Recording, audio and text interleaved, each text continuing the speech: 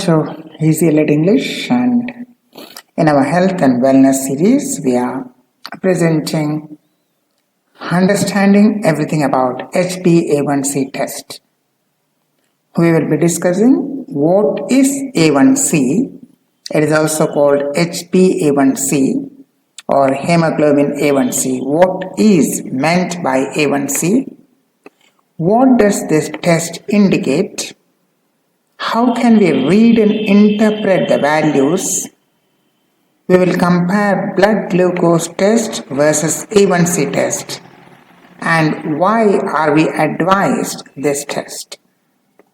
So everything you need to know about Hb-A1c or hemoglobin A1c test from Easy Elite English Health and Wellness series.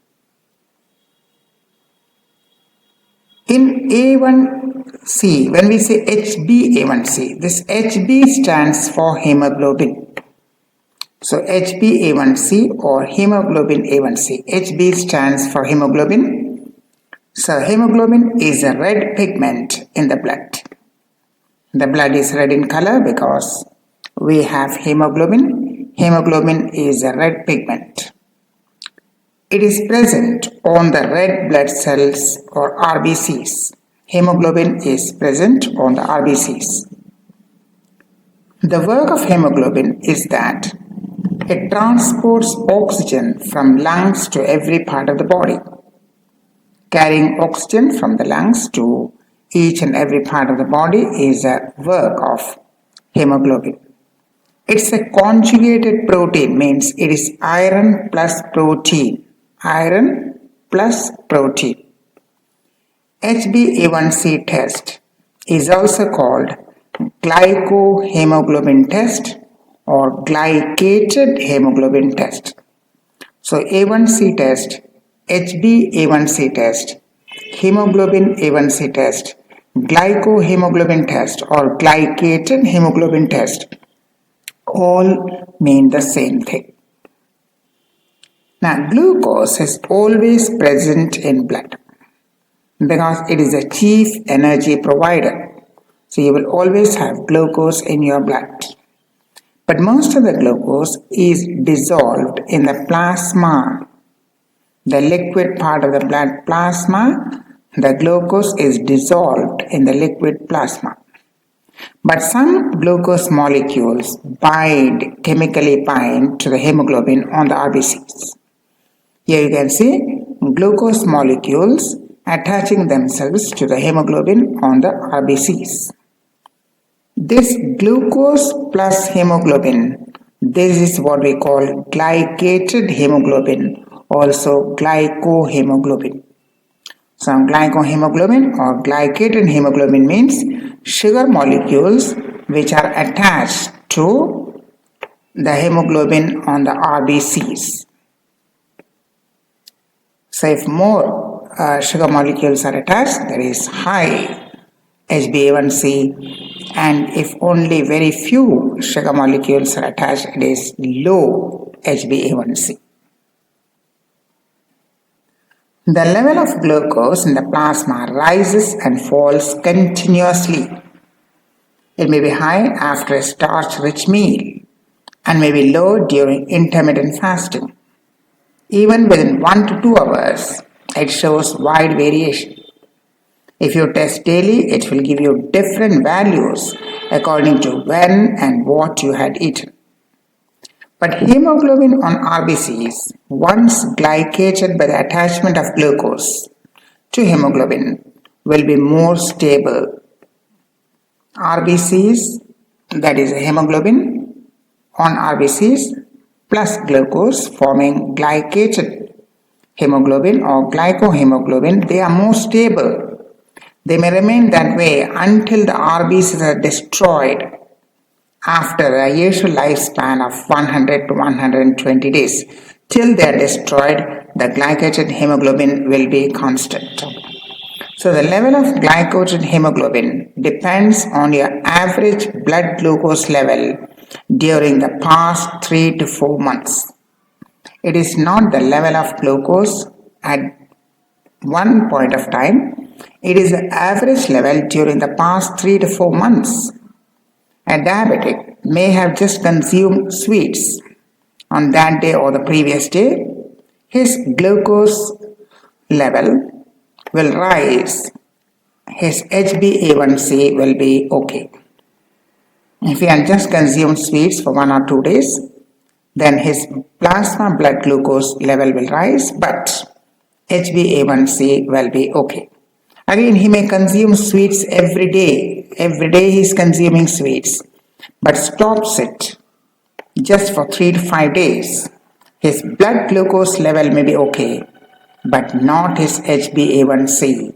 So Hb-A1c is not an indicator of what you eat that day or how was your lifestyle on that day, but it indicates your lifestyle for the past 3 to 4 months, an average condition over the last 3 to 4 months.